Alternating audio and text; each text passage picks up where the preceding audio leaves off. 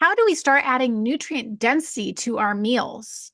I think one of the simplest strategies for increasing the nutrient density of our meals is to season liberally with our favorite herbs and spices, or even just add some herbs as a garnish. For example, peppermint has a Nutrivore score, which is a measurement of nutrient density, meaning total nutrients per calorie, of 1,011. Fresh dill has a Nutrivore score of 1,940. Cilantro has a Nutrivore score of 2,609. Fresh basil has a Nutrivore score of 3,381. Chives have a Nutrivore score of 3,531. And fresh parsley has a Nutrivore score of 5,491. Just adding a sprinkling of any one of those to our meal is going to give us valuable vitamins, minerals, and phytonutrients. And there's definitely studies that show that just adding some herbs and spices to our meal translates to health benefits, with different benefits coming from different herbs and spices because they have a collection of different nutrients in them.